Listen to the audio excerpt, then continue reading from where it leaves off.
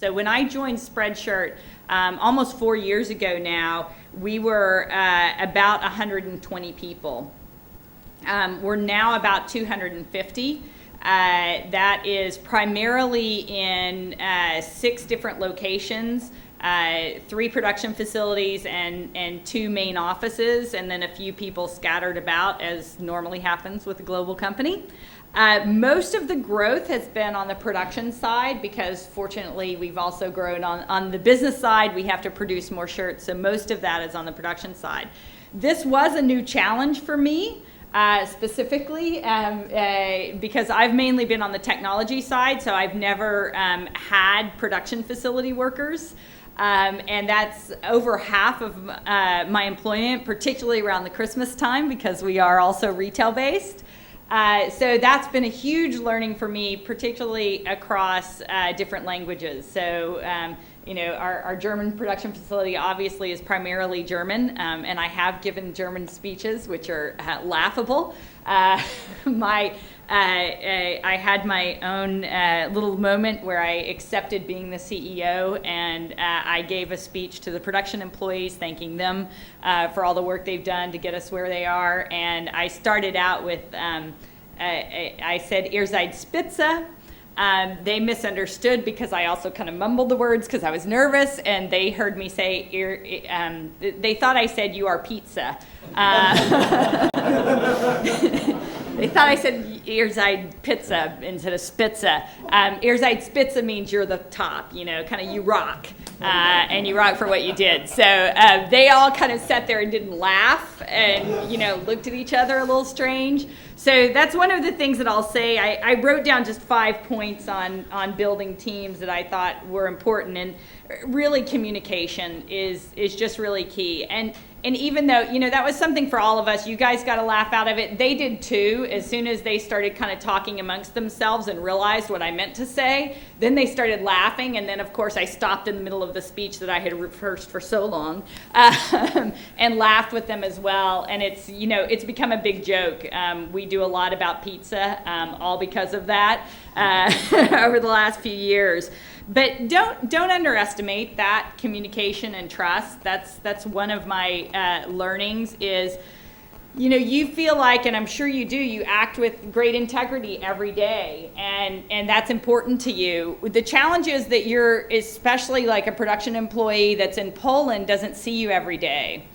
And when you're not there, then you come in and you're one face to them, and you may be very excited about something, but they haven't gotten that reinforcement every day.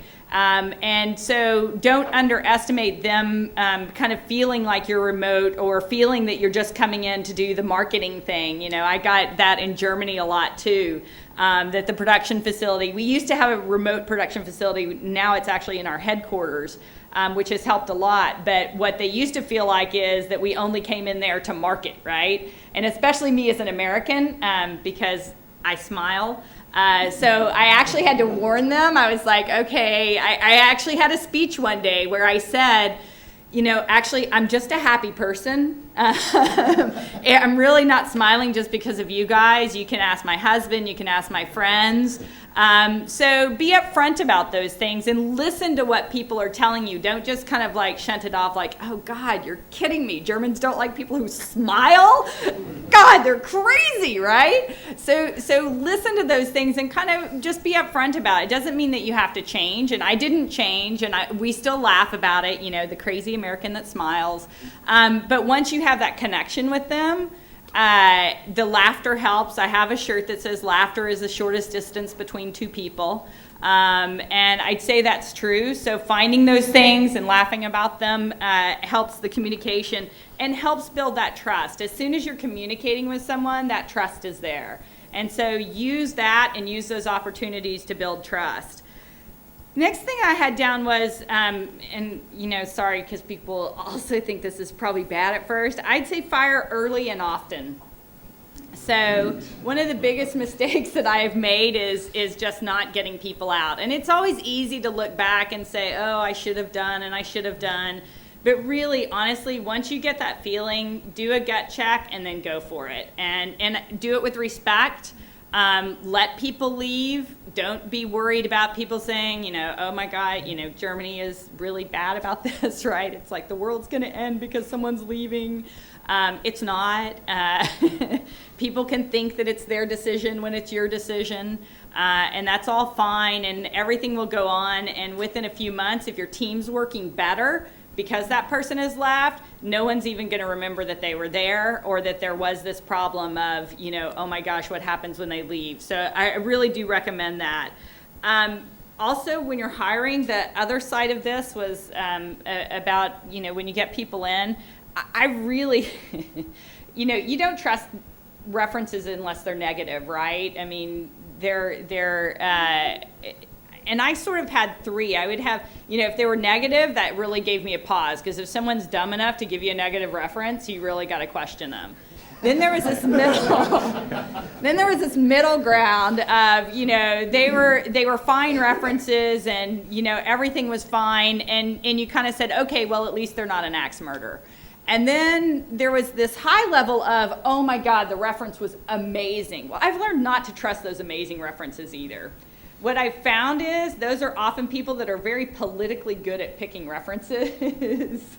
And if someone is just exuberant about this person, I really, really doubt. I'm doing more back channel references than the references that they gave. And so that's one of the things that I've learned, because I had actually 2 hires that I remember very clearly, and I loved their references were amazing, and they gave me terrific examples about what great team people they were, and they weren't at all. So that's the other thing that I'd say, along with, and those are 2 people that I would have fired earlier had I been smart enough to. The next thing that I had on my list of 5 was people want to know how to win. And so with that, make sure that you have goals that are clear enough for them to understand. You're a leader, and you're showing that because you're here today, for one. You want to learn, you want to do better, and you want to improve. Not everybody is in that same kind of mindset, and they often need very simple goals. So an example, when I was at QuickBase, the way we made, you mentioned QuickBase, which was a division of Intuit. It was actually, I took it over because they were going to shut it down. And so they were in a situation where it was like, we're going to shut this business down. I went in and said, come on, just give it to me and let's not shut it down. And we made it profitable within 14 months. It had been losing a lot of money. And the way I did that was I focused them on one goal. And I just said, look, guys, we're being successful with large companies. It was at Intuit, which is a small business company. But this product was successful with large businesses. And so I went in, I saw that that's where it was successful, and immediately just said, okay, guys, we have 3 of the top Fortune 100 companies using this. I want half of them within a year. And so that's a real clear goal, right? We have 3, we want 50.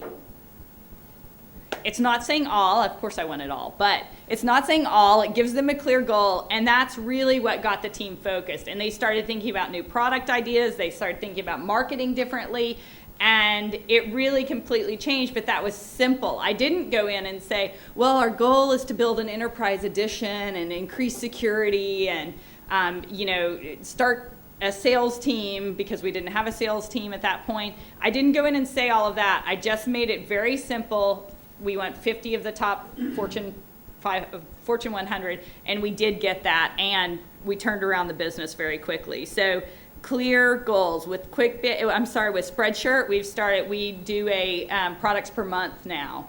That was very, very clear, and we had 5 what I thought were pretty basic goals before, but the products per month gets everybody, it's kind of like a thermometer of how we're doing that month, which is really good. And then the last thing that I have for my point 5 is balancing between managing, because you all have grown up. Most of you are starting businesses, right? So you've done the jobs themselves. And I remember one of my mentors once told me, Jana, you're not a quarterback anymore, you're a coach. And it's very easy when you've been the quarterback to actually go in and do the stuff yourself. And one of the most challenging things for teams is that they don't have enough, and team members is they don't have enough autonomy, and they don't have enough ability to master. So you're there as a coach to help teach them and make sure that you're doing that, but also make sure you're stepping back and letting them fail. It's okay if they do it different from you, and it's even okay if you have to clean up the mess afterwards, because guess what? That's what you're paid for. That's how it is. So, you know, people say, and excuse me if anyone's offended, people say shit rolls downhill. It doesn't. It actually comes up, because every problem that everybody else can't solve, that's our role to solve as leaders. And that's okay. Again, that's what we're paid for. That's what we do, and that's what we built our experience for. So remember to let some of that happen with your team, because they're going to be more fulfilled. That's that autonomy that they get, but also be there to coach them and help them with that mastery. So balance those two things between letting them be autonomous, but also giving them the guidance of your experience and what you've done and why you've gone into this, of that, to give them that mastery.